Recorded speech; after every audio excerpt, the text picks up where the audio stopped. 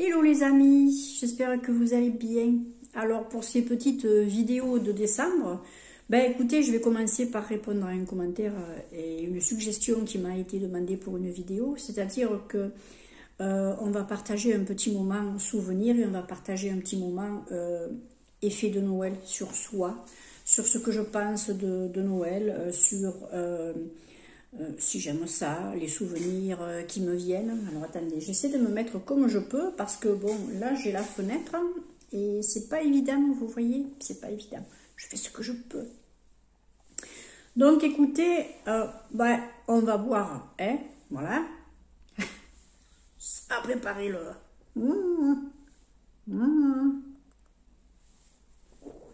C'est une petite... Oh là, c'est une petite ricorée.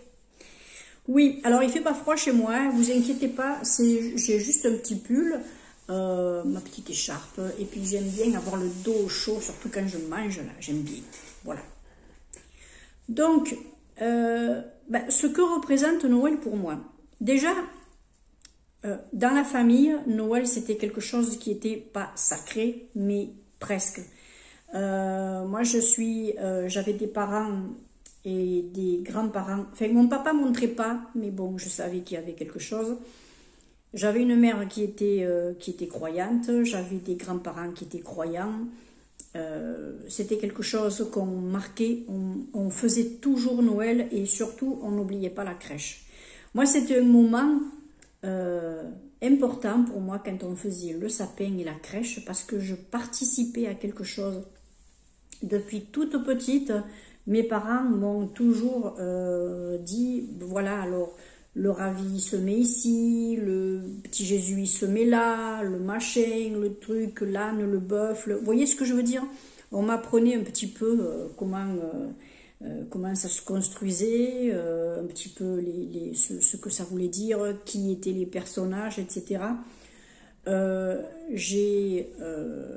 J'aimais beaucoup parce que non seulement j'adorais apprendre, j'ai toujours aimé apprendre depuis toute petite. Je me suis jamais vraiment intéressée aux livres de la bibliothèque rose ou des histoires là. Non, moi il fallait que j'ai des livres où il fallait que j'apprenne quelque chose. On m'avait fait pour un cadeau de Noël, on m'avait commandé et j'avais 11 ans, un truc comme ça. Ma mère m'avait commandé c'était, il y en avait 4 dedans, je crois. Ouais, il y en avait 4.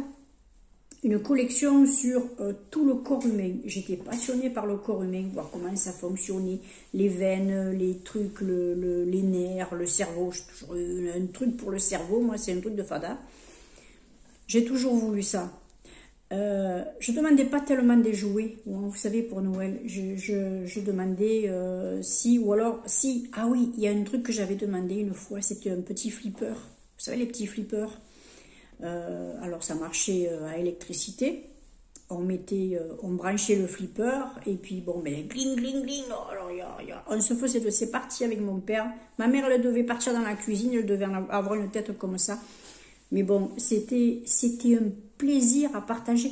Je demandais toujours un cadeau quand j'ai plus cru au Père Noël, bien sûr, parce que bon, toute petite, hein, tous les enfants croient un peu au Papa Noël. On va dire que bon, les parents, c'est un peu leur, je dirais pas leur devoir, mais quand votre enfant est si petit et va commencer à aller à l'école, et tout petit va commencer à aller à l'école et qu'ils vont entendre parler du Père Noël, si vous lui dites qu'il n'existe pas, il va rien comprendre, le petit. Et après, petit à petit, ben, voilà, on sait ce qui se passe, hein. Moi, je sais que quand ma fille a eu des doutes sur le Père Noël et qu'elle m'a demandé, elle m'a dit, voilà, moi, on m'a dit que le Père Noël n'existait plus. Bon, c'était sa première année de primaire, c'était à 6 ans. Ouais, à 6 ans. Et elle m'a demandé, ben, je lui ai dit, qu'est-ce que tu veux vraiment savoir? Elle m'a dit, je veux vraiment que tu me dises si le Papa Noël, il existe. Bon.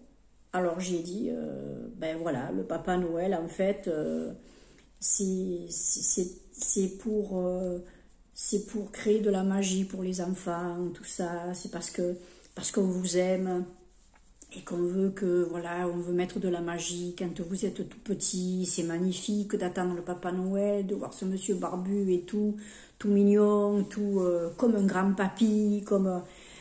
Et elle m'a dit, en fait, c'était toi et papa. Ben, j'ai fait, oui, c'est moi et papa. Et elle s'est mise à pleurer, elle s'est mise à pleurer. Et moi, je sens que je vais pleurer aussi. Mais c'était, comment vous dire, oh. C'était tellement mignon ce qu'elle m'a dit.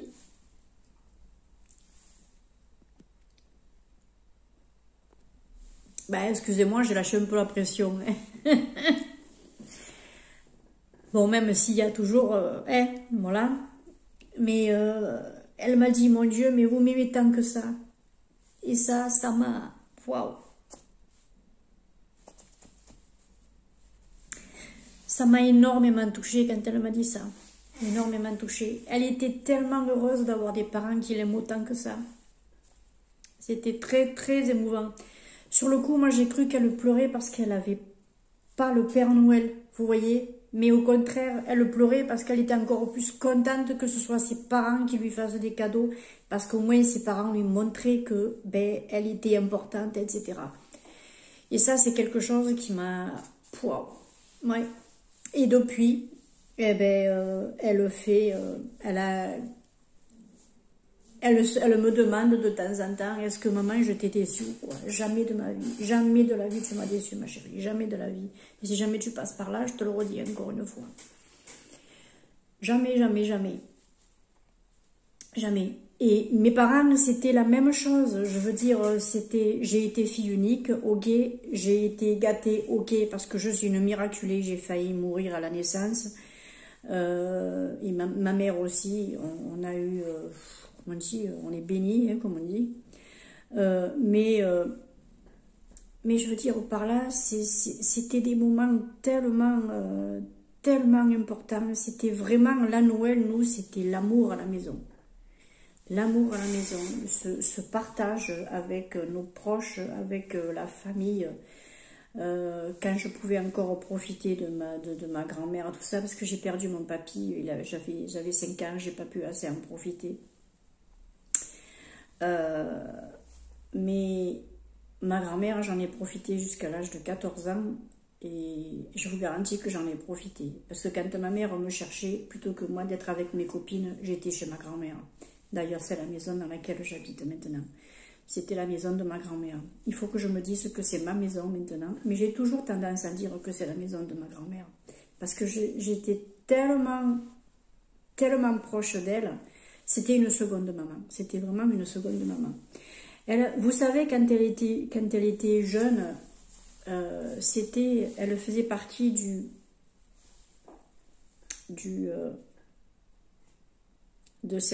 elle est née en 1892, ma grand-mère. Ouais, elle était née en 1892 ou 98, 98.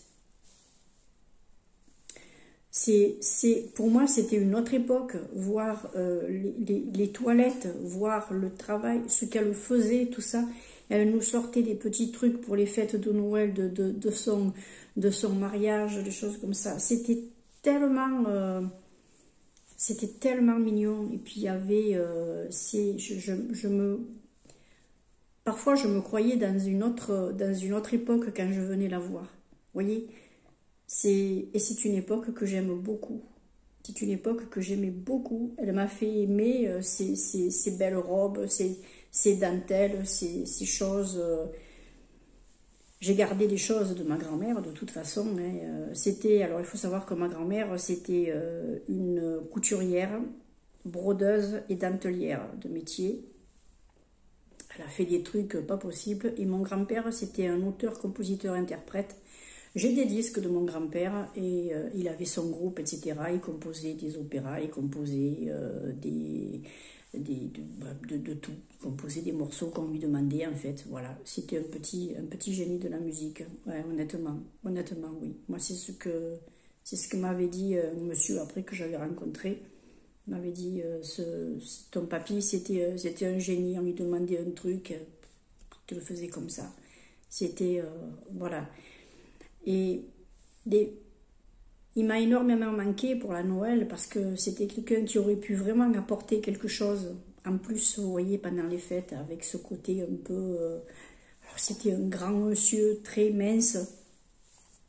On aurait dit un vrai British, vous voyez. C'est... Ah ouais, c'est... Je sais pas, il avait un certain charisme. Oui, c'était impressionnant. Ouais. Il a manqué pendant les fêtes de Noël parce que je savais qu'il pouvait vraiment apporter quelque chose de particulier. Juste par sa présence, c'était déjà quelque chose. Et je me souviens, quand j'étais petite, moi je ne me voyais pas à côté. C'était un monsieur qui faisait quand même 1m93, 1m92. Et moi, je fais 1m53 avec des chaussures limite, quoi. Donc voilà, vous voyez, ces petits souvenirs comme ça, quand il y a des personnes qui manquent, c'est un peu dommage. Moi, je continue de fêter Noël, même si certains ne savent pas, mais j'ai perdu mon papa un 24 décembre au soir, pendant le réveillon de 2018. Et ça a été chaud, quoi, je veux dire... son cœur s'est arrêté à table, comme ça. Et c'est...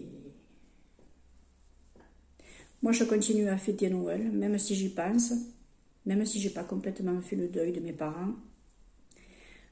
J'y pense parce que je les aimerai toute ma vie, hein, de toute façon. J'ai jamais reçu autant d'amour de la part de quelqu'un que de la part de mes parents. J'ai été comblée de ce côté-là. Je sais que que certaines personnes n'ont pas été dans ce cas. Je suis tellement désolée pour vous. Parce que voilà, c'est quelque chose qui est très très important. Moi, je m'en suis aperçue après que c'était très très important. Voilà, j'ai mon économie de batterie. Je m'en suis aperçue que c'était très très important parce que sans cet amour-là, j'aurais pas réussi peut-être à avancer ou à passer le cap de certaines choses qui étaient très difficiles dans ma vie. Ma maman était quelqu'un de très volontaire, mon grand-père et ma grand-mère quelqu'un de très volontaire aussi. Mon père, c'était mon Dieu. Et voilà, je peux dire que je m'appuie sur leur volonté, leur esprit un peu... Pour avancer, même s'ils m'ont eux-mêmes trop protégé. À la limite, ils m'ont ralenti aussi. Ils avaient tellement... ils ont failli me perdre une fois. Alors, ils faisaient tout ce qu'il fallait pour essayer de ne pas me perdre une seconde fois. Et je leur pardonne ça. Je leur pardonne complètement. Parce que moi qui suis maman, je laisse ma fille vivre. Mais au premier machin qu'elle me dit... qui va pas, où je sens que je peux intervenir, mais je défonce la planète. Moi, je vais pour ma fille. Jamais. Je n'ai jamais hésité une seconde à faire quelque chose pour éviter que ma fille ait des soucis ou quoi, quand elle me le demandait. Si elle me disait, maman, tu restes dans ton coin, s'il te plaît, je veux régler mes problèmes. Quand vous entendez votre fille qui est pas bien, ça fait mal au cul, comme on dit. Ah, ça fait mal. Mais c'est son choix. Elle a voulu, parce qu'elle-même voulait passer au-dessus de certaines choses. Et ça, c'est magnifique d'affronter ces petits problèmes. Il n'y a que comme ça qu'on arrive à les résoudre. Il ne faut pas compter sur les autres. Voilà. Et nous, pendant la Noël, c'était quelque chose, on se rassemblait, on oubliait tous les problèmes, on mettait que de l'amour à table, que de l'amour pendant cette, on va dire, cette semaine, parce qu'on fêtait Noël, mais jusqu'au réveillon, on se voyait aussi avec la famille et tout, et on profitait de s'offrir nos présents, nos petits cadeaux, notre affection, on montrait aux gens, on disait aux gens qu'on les aimait, même si on n'a pas besoin d'attendre cette période-là pour dire qu'on aime quelqu'un. C'est comme pour la Saint-Valentin et pour ceux qui sont en couple, on n'a pas besoin d'attendre ce jour-là pour montrer à l'autre qu'on l'aime, hein, on est d'accord. Voilà. On ne voyait pas du tout la Noël comme une fête commerciale comme beaucoup la voient maintenant. Nous, vraiment, la Noël, c'était une fête pleine d'amour et on était tous ensemble et c'était merveilleux. Moi, les fêtes de Noël, pour moi, c'était quelque chose d'indispensable. C'était la plus belle fête de l'année. Tout le temps, tout le temps, tout le temps. Toutes les années que j'ai passées avec mes parents, ça a toujours été la plus belle fête de l'année. Tout le temps, tout le temps, tout le temps. Ouais. Il y a plein de choses qui changent maintenant. Noël n'est plus vu de la même façon. Beaucoup ne la fêtent pas. N'ont plus envie de la fêter parce que ça leur apporte, ça leur remet en tête de mauvais souvenirs. Certaines personnes voient que la Noël comme un jour comme un autre. C'est bien dommage, c'est bien dommage. C'est juste l'occasion de penser à la personne ou aux personnes que vous aimez et de ne pas oublier de leur dire, de rapprochez-vous des personnes que vous aimez. Peut-être qu'il y en a qui attendent que ça, mais elles n'osent pas. Ou alors elles se disent, ben, ils font rien, alors ben, moi je fais rien. Ça m'est arrivé un cas comme ça. Tant que je ne me suis pas approchée, la personne ne s'approchait pas. Parce qu'elle pensait que je l'avais laissée, alors que ce n'était pas le cas. Quand on est dans l'attente de quelque chose, parfois ça casse ce quelque chose. Ça le casse. N'ayez pas peur d'aller vers les autres. C'est important. Peut-être que ce serait bien de profiter de cette occasion-là pour essayer de renouer des contacts avec des personnes qui pourraient vous manquer, qui pourraient être plus proches de vous et qui pourraient peut-être vous apporter de cet amour dont vous pouvez peut-être un peu manquer, et vous pouvez leur apporter aussi ça.